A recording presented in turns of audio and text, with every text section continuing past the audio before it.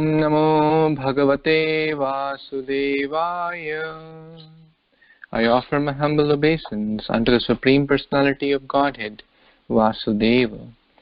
Narayanam namaskrityam naram chaiva narottamam devim saraswatim vyasam tato jayam udirayet. Before reciting Srimad Bhagvatam, which is the very means of conquest, one should offer respectful obeisance unto the Supreme Personality of Godhead, Narayana, unto Narayan Rishi, the supermost human being, unto Mother Saraswati, the goddess of learning, and unto Srila Vyasadeva, the author of Srimad Bhagavatam. Nashcha prayeshu abhadreshu nityam bhagavata sevaya bhagavati uttama shloke bhaktir bhavati naishtiki.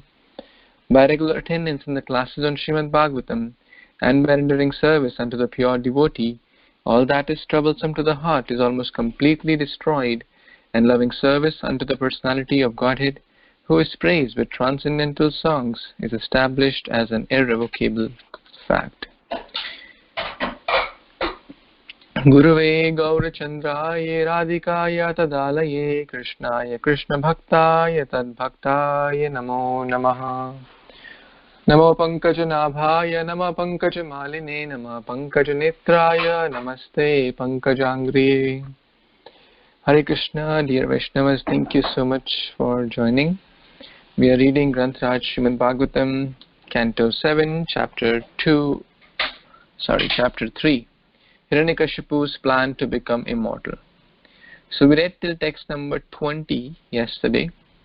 Before we start reading the next verse, I was hearing this Bhagavatam class, and this shloka came, which I have posted on the group. So Maharaj Parikshit is saying, while 10th canto, the pastime of the Supreme Lord, are being discussed. So Maharaj Parikshit says this to Shukdev Goswami. Canto 10, Chapter 12, text 43. Vayam dhanyatama loke Guru opi shatra bandhava Vayam pibamo muhustatva Punyam Krishna kathamritam. O my Lord, my spiritual master, although we are the lowest of the Kshatriyas, we are glorified and benefited because we have the opportunity to always hearing from you the nectar of the pious activities of the Supreme Personality of Godhead. So the word, very very important word, is dhanyatama. We are most glorified, we are most fortunate. Why we are most fortunate? Not because of our Kshatriya. According to Kshatriya, he is saying we are lowest among Kshatriyas. They were not, but they are saying Shatra Bandhava. We are not even Kshatriyas, we are a friend of Kshatriyas. Adjective not used to notify or to for high class Kshatriyas, Shatra Bandhava is an insult. But the point here is that Maharaj Parikshit is feeling himself to be most fortunate, most blessed, dhanyatama, because he is getting opportunity to hear Krishna Katha. It is almost the 5th day of Krishna Katha, or 6th day, and one day later his prana, the takshak will come, and that will be the last day of the Parikshit's body, but very very fortunate to hear Krishna Katha. So we should always keep that in mind, that how we are all so fortunate to hear Krishna Katha. Punya Krishna Kathamrita, that's the word used here. So let's enter into that Punya Krishna Kathamritam. Text number 21. Tatasta ashisha sarva dadami asura pungava mritasya te hya amritasya darshanam nafalam mama. Translation and purport by His Divine Grace A.C. Bhaktivedanta Swami Prabhupada, Srila Prabhupada Ki Jai. O best of the Asuras, for this reason I am now prepared to give you all benedictions according to your desire. I belong to the celestial world of demigods, who do not die like human beings. Therefore, although you are subject to death, your audience with me will not go in vain. Purport. It appears that human beings and asuras are subject to death, whereas demigods are not. The demigods who reside with Lord Brahma in the Satyaloka go to Vaikuntha in their present bodily constructions at the time of dissolution. Therefore, although Hiranyakashipu had undergone severe austerities, Lord Brahma predicted that he had to die. He could not become immortal or even gain equal status with the demigods. The great austerities and penances he had performed for so many years could not give him protection from death. This was foretold by Lord Brahma. So, Lord Brahma is speaking this to the Asura Raj, the best of the Asura. This adjective is used for Hiranyakashipu multiple times. Asura Pungava, the best of the Asuras. So Hiranyakashipu did a lot of tapasya, and as a result he pleased Lord Brahma. Lord Brahma came to the scene and is saying that because I have come, I'll give you. You are subject to death. That's like already foretold, and Prabhupada emphasizes in the purport. And there's a difference in the demigods and the demons and the people on the earth who are. It is also said to be Mrityu Loka, because it is prone to death. Now it does not mean that the upper planets, they are immortal. They have a very, very long life, and in some situations they can also go back home, back to Godhead right from there. Over here Prabhupada is mentioning that they go to Vaikuntha Loka from Satya Loka, but we have also read Brahma Bhuvana Loka Punaravartino Arjuna, that from the lowest to the topmost there is chances of keep coming back again and again in the mortal world.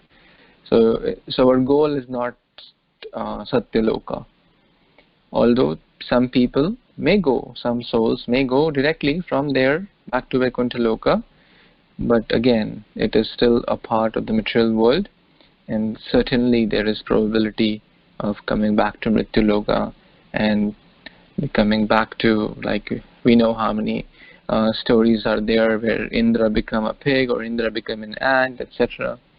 So let's see what happens next. Any other comments or questions? Okay. Yes, those devotees who didn't read yesterday would like to start, please.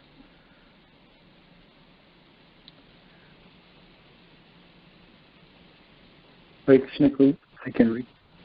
Yes, please. Hare Krishna Prabhu, Hare Krishna devotee dandavat Jai Srila Prabhupada. Text 22.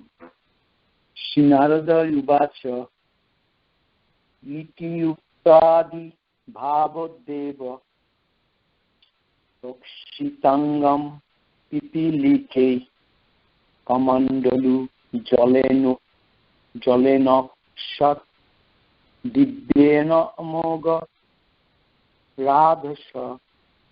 Translation and purport by His Divine Grace, A.C. Bhaktivedanta Swami Srila Prabhupada. Jai Srila Prabhupada.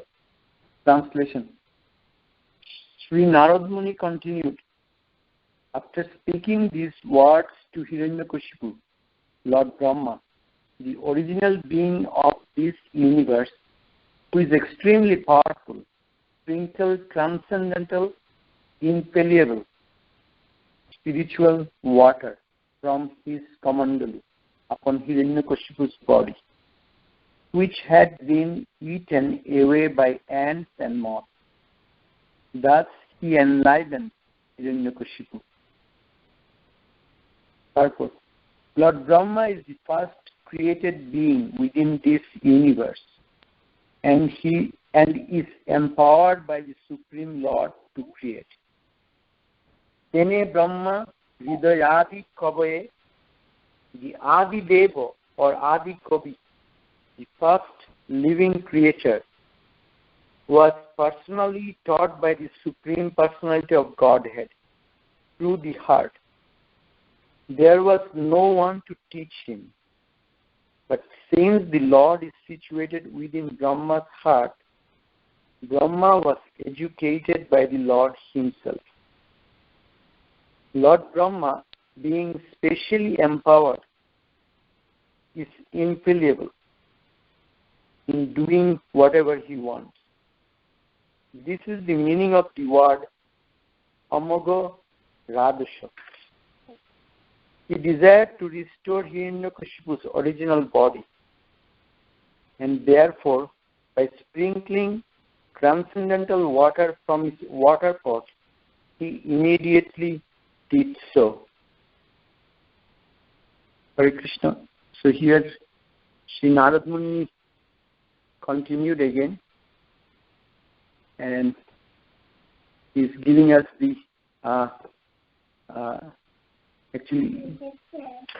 giving us the picture how Lord Brahma, who is the first creature, first living being in this universe, and as we can see, Srila Prabhupada is saying that Lord Brahma got the knowledge through the heart.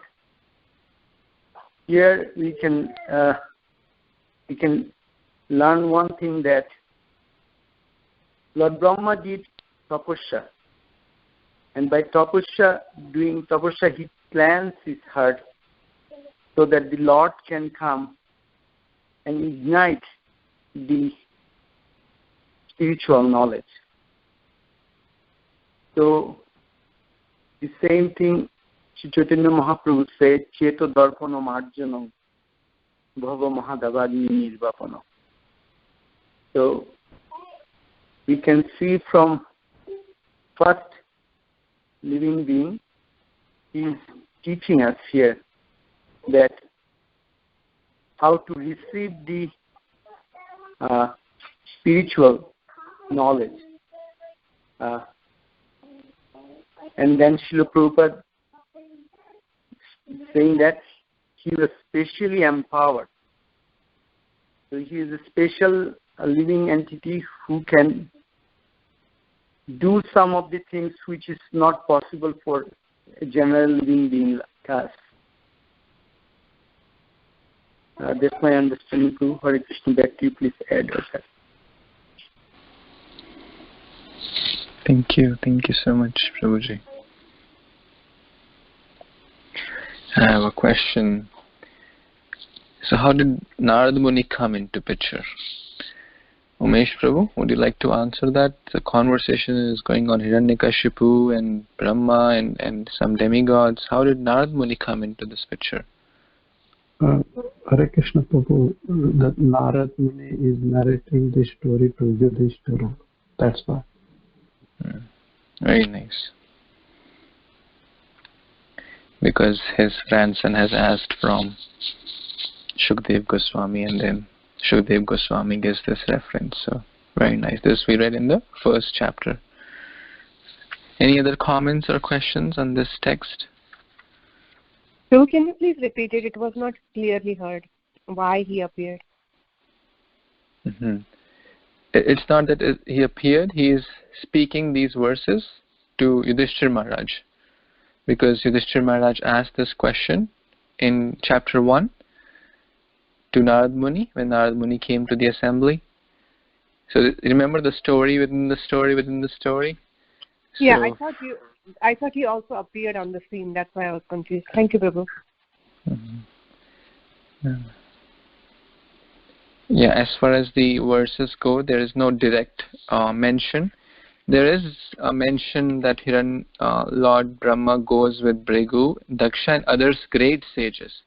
Now, who are those other great sages? That we cannot say whether Narad Muni was part of that team or not. And that verse is text 14. So probably he was, maybe not, but we can keep that point there.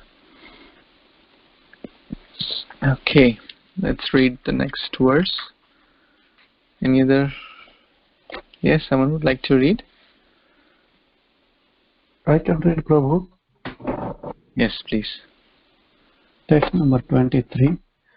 So tat chika valmikata saha oja balanvitaha sarva yava sampanno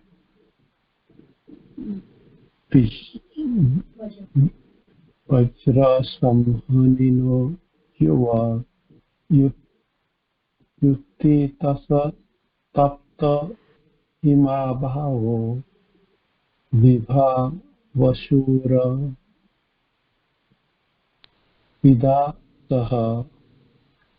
Translation and purport by His Divine Grace S.V. Bhaktivedanta Swami Srila Prabhupada ki Jai.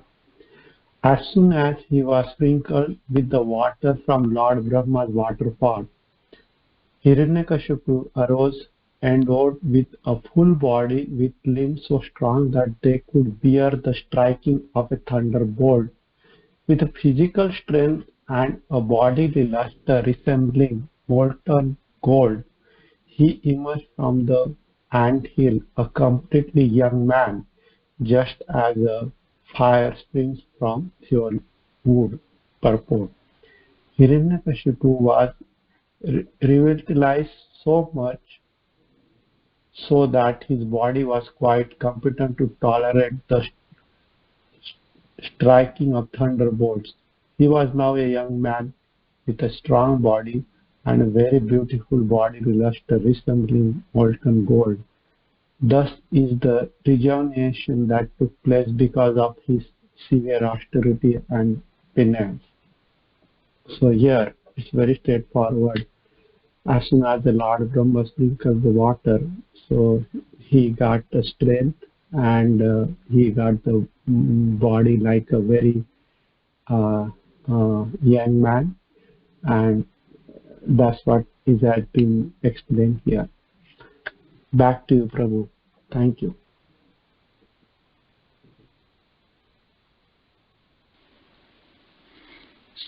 Thank you, Prabhu. So very, very transcendental water which can revive the body. In the previous verses we read, it was just bones. There was no flesh, there was no, nothing, because all had been chewed up by the Valmikat, by the ants. So imagine, this just shows the power of Lord Brahma. The water in his kamandalu can do so much. So certainly a very, very great personality. And no doubt everyone approaches, the demons approach for power. When Hiranyakashipu was already very powerful, wanted to please Lord Brahma. And he got this wonderful body. And the picture which we have seen, it's already posted on the group and it's in the Bhagavatam book also. That basically shows that how while the demon Hiranyakashipu, his body was rejuvenated. So we can see the before and after. The right side is before, just the bones, and how as Lord Brahma, when his transcendental carrier, the swan, is pouring water. The kamandalu is also seen, the hands are also seen. These pictures are like windows to spiritual world. So graphic description. All glories to the artist who did these paintings. So very nice. So he got a very powerful body, like golden, molten gold, resembling molten gold. Very, very strong, powerful. All by the power of the transcendental water. Any other comments or questions? Hare Krishna, Prabhu.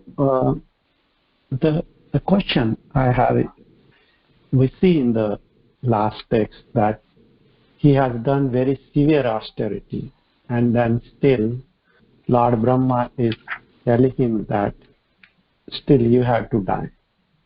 You cannot come to the go back to the Godhead.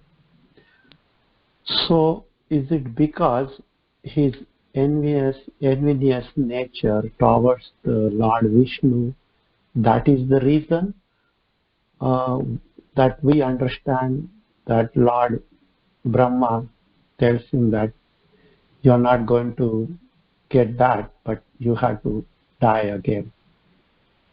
Is that the reason?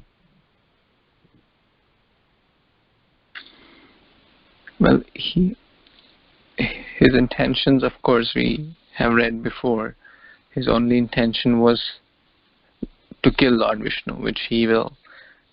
He's already planned. He's already sent his people to destroy the Brahmanas.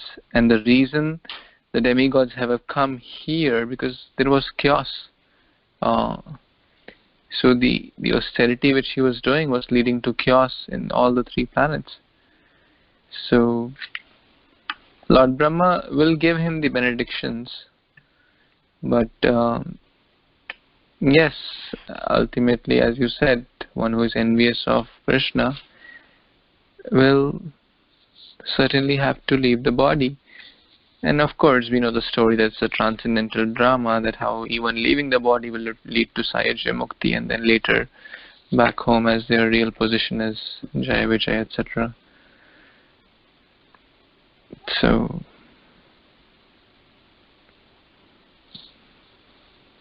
is that aligned with the question? Yes, thank you, Prabhu. Because what I was thinking, the person who does such a severe austerity, if he cannot go back to the Godhead, then what to speak about the general living being like us? Mm-hmm. But the difference here, that was the difference I pointed out. There may be some other reason also. That is what I asked the question. But thank you very much. Were you present yesterday? Yes. Yeah, we clearly discussed. Prabhupada mentions in the purport that Prahlad Maharaj didn't do any austerity.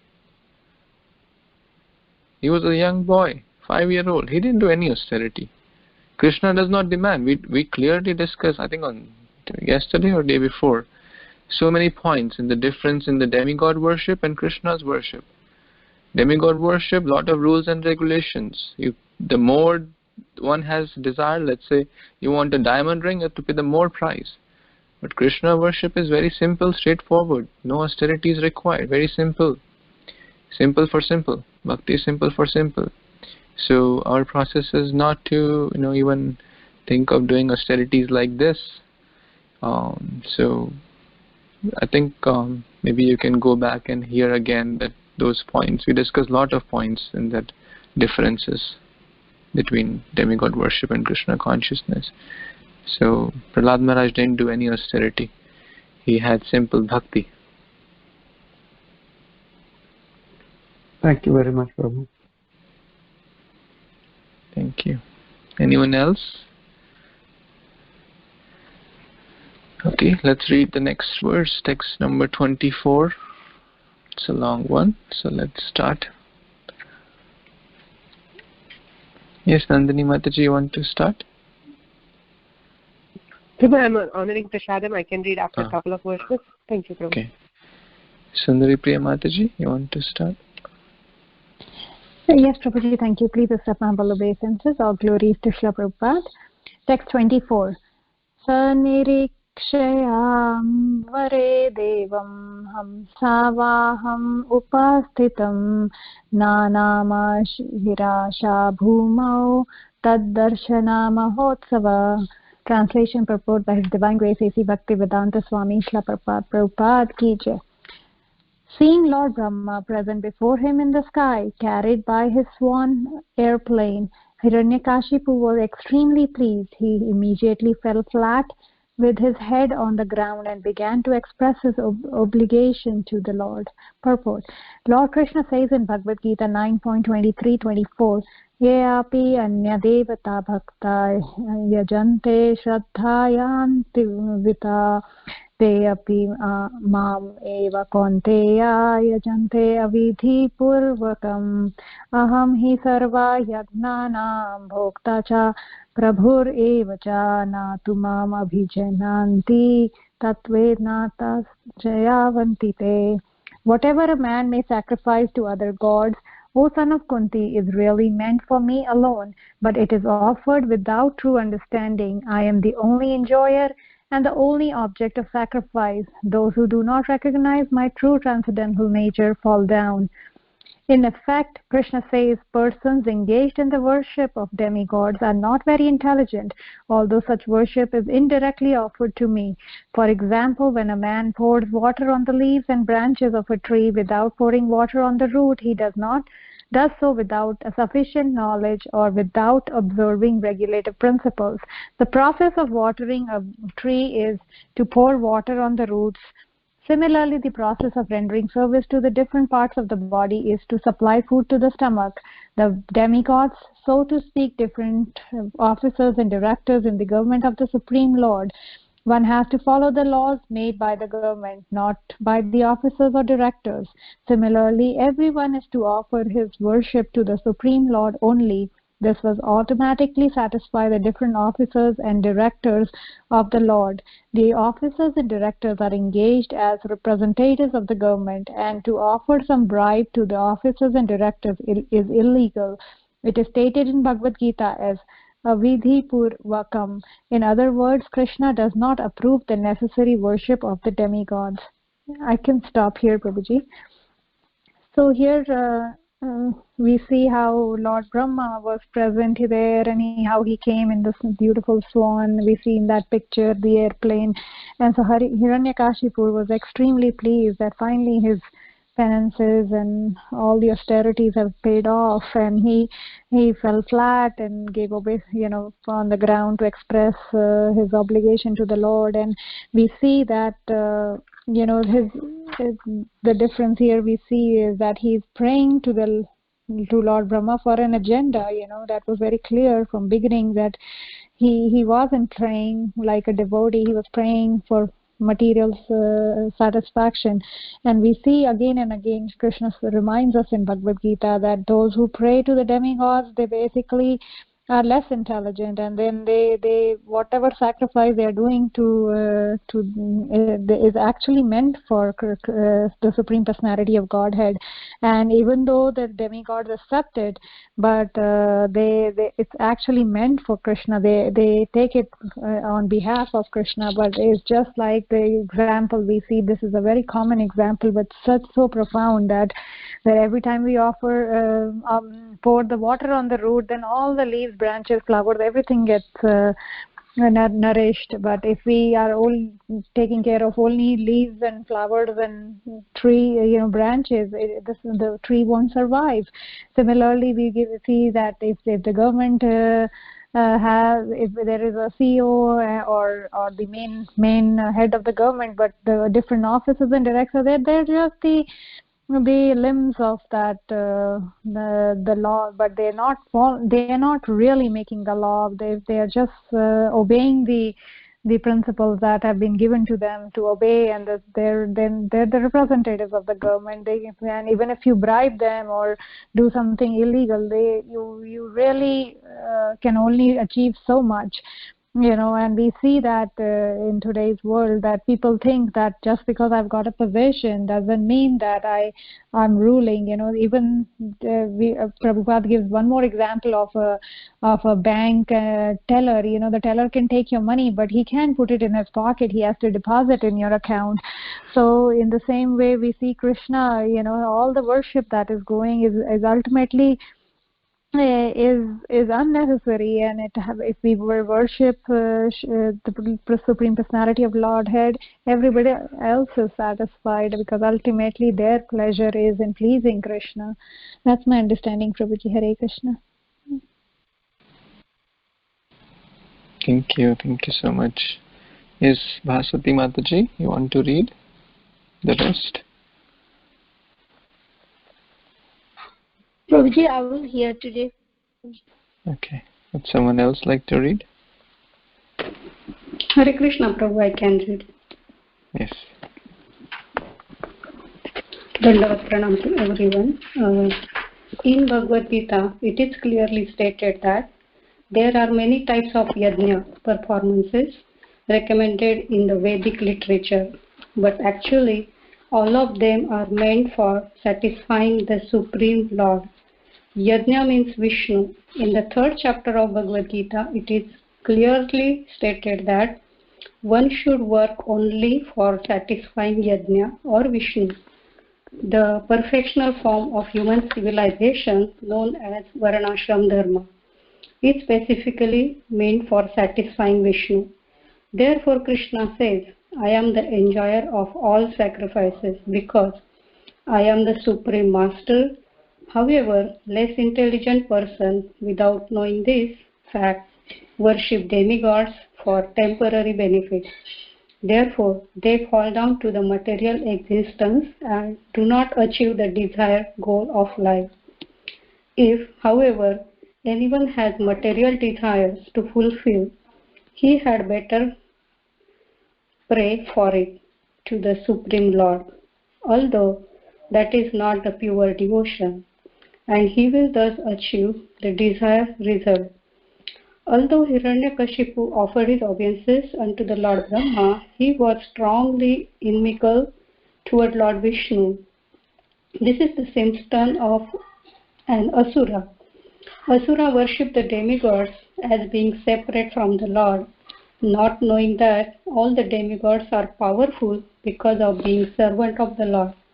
If the Supreme Lord were to withdraw the powers of the demigods would no longer be able to offer benediction to their worshippers. The difference between the devotee and non-devotee or Asura is that devotee knows that Lord Vishnu is the Supreme Personality of Godhead and that everyone derives power from him. Without worshipping the demigod for particular power, a devotee worships Lord Vishnu, knowing that if he desires a particular power, he can get that power while acting as a Lord Vishnu's devotee. I will stop here, Prabhu. So, in this purport, Prabhupada is giving us the knowledge about Lord Vishnu, who is a Yajna. And in Bhagavad Gita also in the chapter 3, Lord tells to the people that you can perform the Yajna and that will make happy the Lord Vishnu, and that way everyone will get the parts of the Yajna like another demigod. And as he said that I am the enjoyer, and that's what Krishna is saying, Bhoktaram Yajna Tapasam Sarva Loka Maheshwaram. So he's a Maheshwara, he's a Parameshwara. So when we do the Yajna, it's satisfying the Lord Vishnu, and that's what all the demigod gets satisfied when we worship the Lord Vishnu. And that's what the difference Prabhupada is giving, that what is the difference between serving the demigods and Lord Vishnu. As Prabhupada is saying that demigod get their power from Lord Vishnu, as we can see that Lord Indra, when he was getting Vrindavan's people trouble, and Krishna lift the Govardhan hill. So at that power he was using the power given by Lord Krishna, but he was not able to destroy the Gokula because Supreme Lord was helping all his devotees. So that you can see the difference between the Krishna's power and the demigod's power. And the best way to achieve the goal of our life is to worship Lord Vishnu and Lord Krishna. Back to you, Prabhu. Thank you. Thank you, Mataji. Let's complete the purport. Someone would like to read who has not read? Yes, Prabhu, dandavat pranam. Is it therefore in the Shastra? There we are reading from? Yes, Mataji. Yes, thank you, Prabhu. Devotees, please accept my humble obeisances. All glories to Srila Prabhupada. Therefore, in the Shastra, Bhagavatam 7.3.21, it is recommended, Akama sarva kama va moksha kama udaradhi tivrena bhakti yogena yajeta purusham param. A person who has broader intelligence, whether he be full of material desires, free from material desires, or desiring liberation, must by all means worship the Supreme Whole, the personality of Godhead. Even if a person has material desires, instead of worshipping the demigods, he should pray to the Supreme Lord, so that his connection with the Supreme Lord will be established, and he will be saved from becoming a demon or a non-devotee. In this regard, Srila Madhvaracharya gives the following quotation from the Brahma Tarka. Ekasthaneka karya tvad Vishnu pradhanya tastatha jivasya tad adhinatvam na bhinna di kritam vacha. Since Vishnu is the Supreme, by worshipping Vishnu, one can fulfill all one's desires. There is no need to divert one's attention to any demigod. Hare Krishna. This is the most famous, one of the most famous verses and the most beautiful verses, is that everything is possible and achieved through worshipping Krishna. And when a child is little, probably he thinks mother is the Supreme Personality of Godhead because everything comes from her. But as the child grows and okay, my father, and then he understands father and he's providing so many things, and then he understands the extended family and so on and so forth. So this is like children. They don't understand. First, we don't understand who is Supreme Personality of the Godhead, but probably we understand who is demigod, or we can worship demigods easily. But then as we mature, we see that the root, the cause of all causes, Sarva Karana Karanam, is the Supreme Personality of Godhead. And the main difference between a devotee and a non-devotee is that a devotee knows Lord Vishnu is the Supreme Personality of Godhead. And everything is coming from him. The whole creation is coming from him. Every desire comes from him, and the only person who can fulfill all our desires is Krishna or Vishnu. No one else has power to fulfill all our desires, because even demigods, their powers come from Lord Vishnu. And that's why it says very importantly, a person who has broader intelligence, it's not the intelligence of a child who sometimes doesn't even know if fire will burn him when he touches.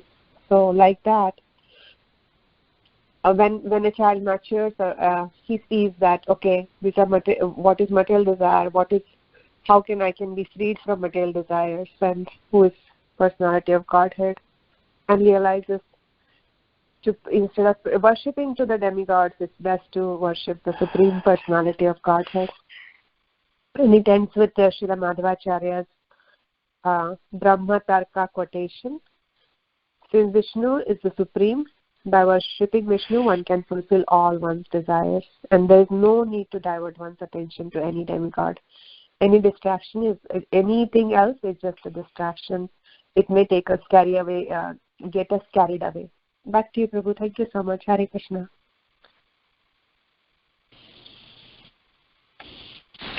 Thank you so much, Mataji. It's a very, very important verse, and we can see how it is important because Prabhupada pours his ecstasy in his purports and gives such an elaborate purport, which also talks about the differences in demigod worship and worshipping the Supreme Lord. A lot of points have been discussed already, but demigods are like 33 crores, so can be watered every leaf individually. 33 crore. We don't even know the names of 33 demigods. What to speak of worshipping them? What to speak of understanding how to worship? What to speak of remembering the names? Can we remember 33 crore names? Probably not. Therefore, it is said to be avidhipurvakam, or ones whose intelligence has been stolen, or sometimes referred as asuric, sometimes referred as animalistic. I am not saying all these words. The Bhagavatam and Bhagavad Gita are using these adjectives. So one should have firm faith that Shraddha Shabde Vishwas Kore Sudrida Nishchay Krishna Bhakti Koila Sarva Karma Krita Hoy. When one renders unalloyed or no sincere devotional service, what to speak of unalloyed? Unalloyed is very high goal. Even sincerely, even one has desires, no problem. Dhruva Maharaj also had desires, but he approached Krishna. And that is the meaning of the word sarva kama. One having all desires, no problem. Approach Krishna. He will give the best. He will see our intentions. He will purify our intentions. And he, with those purified intelligence and purified state of consciousness, he will give those desires also. Classic example, Dhruva Maharaj. And there are many other such examples, but Dhruva Maharaj's case is very relevant in this regard. So one should approach the Supreme Lord in all circumstances, at all times, at all places. Hari sarvatra sarvada. That is the conclusion of all the Shastras. Some people think, oh, Hari, Hari, Hari, Hari, Hari steals, Hari takes away things. But that's not true. He may do so only for his pure devotees who anyways want him to take, who want his, who are mature at that level. We just read, in so many verses we read, one who reads this katha gets all opulence, one who reads this pastime gets all opulence. So this is coming in the Bhagavatam. We just now, I think in the 10th chapter also, just a little while back also we read the same thing, that he gives opulence. So because he's the master of everything. And basically the worshipping demigods separate from Krishna is an aparad. It's an asuric mentality. Prabhupada is clearly writing, this is the symptom of asura. Those who worship demigods separate from the Supreme Lord. That's a namaprad also, to consider the names of demigods like Lord Shiva or Lord Brahma to be equal to or independent of the names of Lord Vishnu. So the essence is bhakti or Krishna consciousness is simple, straightforward, easy, recommended by Guru Sadhu Shastra. Watering the root is easy, then watering every branch, every leaf or fruit. Feeding the food in the belly is easier, recommended. So if one still does not do, then what can be said? Any other comments or questions? Hi, Krishna Prabhu. I just want to share few questions, and we can see that the same thing it happened in Maharaj Priyabrata's son Ognidhara. He was worshipping Lord Brahma, and for the material benedictions. So he went to a better area, but he didn't go back to Godhead. At the same time, we see that his son Maharaj Navi and his wife Merudevi, they wanted their Lord as a son, and they asked their priest. And we read that in Bhagavatam, the priest, when they were doing the yajna, they were actually not feeling good about that. They were feeling ashamed that they are asking for some kind of material benediction instead of the bhakti. But Lord Vishnu came and he said, nobody can be equal to me, but I can come. So as you said, like here we see that if we worship Lord Krishna, Lord Vishnu, they are going to fulfill our desire, what is going to be good for us according to that. So that here just one point is, demigod worship is only recommended if we ask for Krishna Bhakti. If we ask the demigods like Lord Shiva, we see that in Pracheta's case, Lord Shiva actually stimulated them to achieve the highest goal, that bhakti. We see that gopis, they worship Mother Katyayani to achieve Lord Krishna. So demigod worship only recommended to get Krishna bhakti. Otherwise, it is not recommended. So back to you, Krishna. Thank you, Prabhu. Very nice comment. Thank you. Any other comments or questions?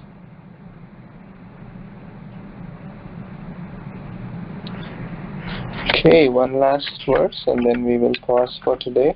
Would someone like to read? Was not read?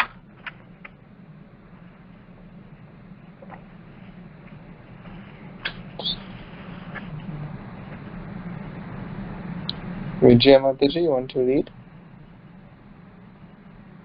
Okay, Prabhuji, I can read. Please. Hare Krishna. Slok 25.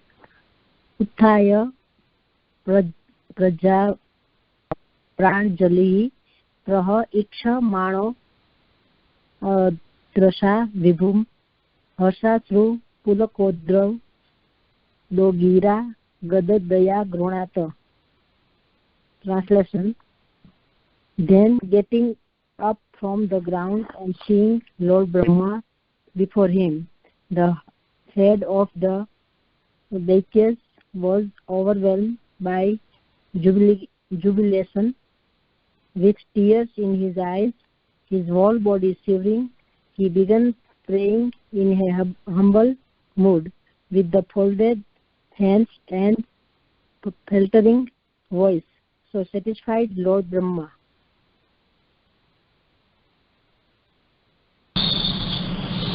Thank you. Thank you, Mataji, for reading.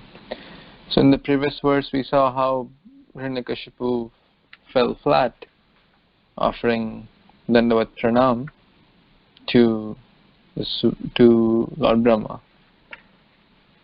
So it's a nice etiquette.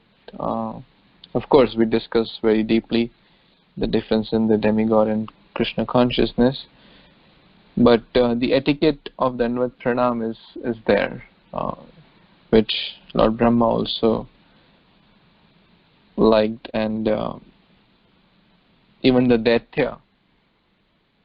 Daityaraj had that etiquette of falling down before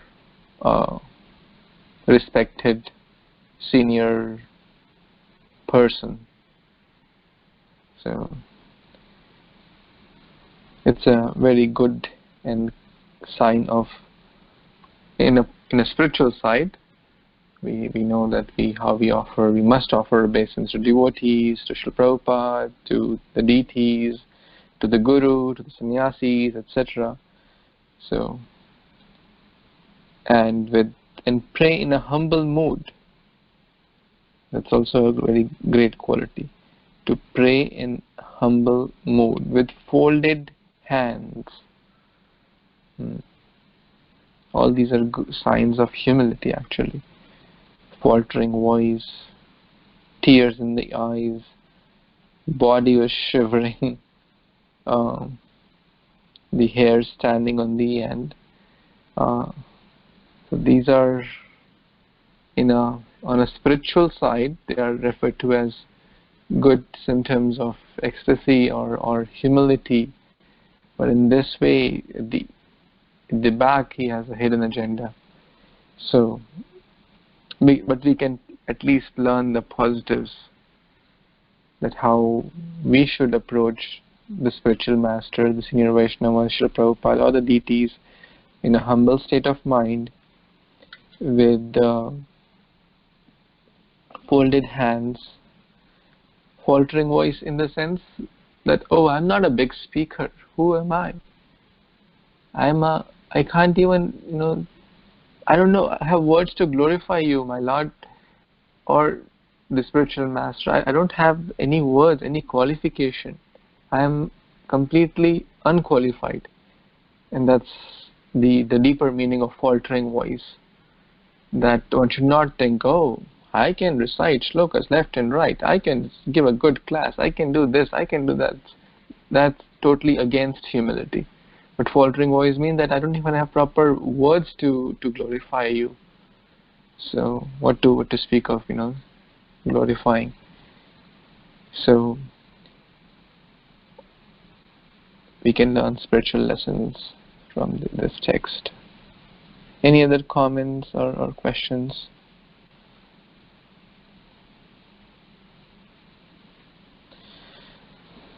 Anything before we stop today? Okay, so we will see what happens, what Hiranyakashipu spoke in that faltering voice. We'll see that tomorrow. Grantraj Srimad Bhagvatam ki jai, Srila Prabhupada ki jai, Samaveta Gaura Bhaktivinoda ki jai, Vancha Kalpatarubhyascha Kripa Sindhubhya evacha Patitanam Pavanebhyo Vaishnavebhyo Namo Namaha. Anantakoti Vaishnavrinda ki jai. Hare Krishna. Thank you. Thank you so much. Hare Krishna. Hare Krishna.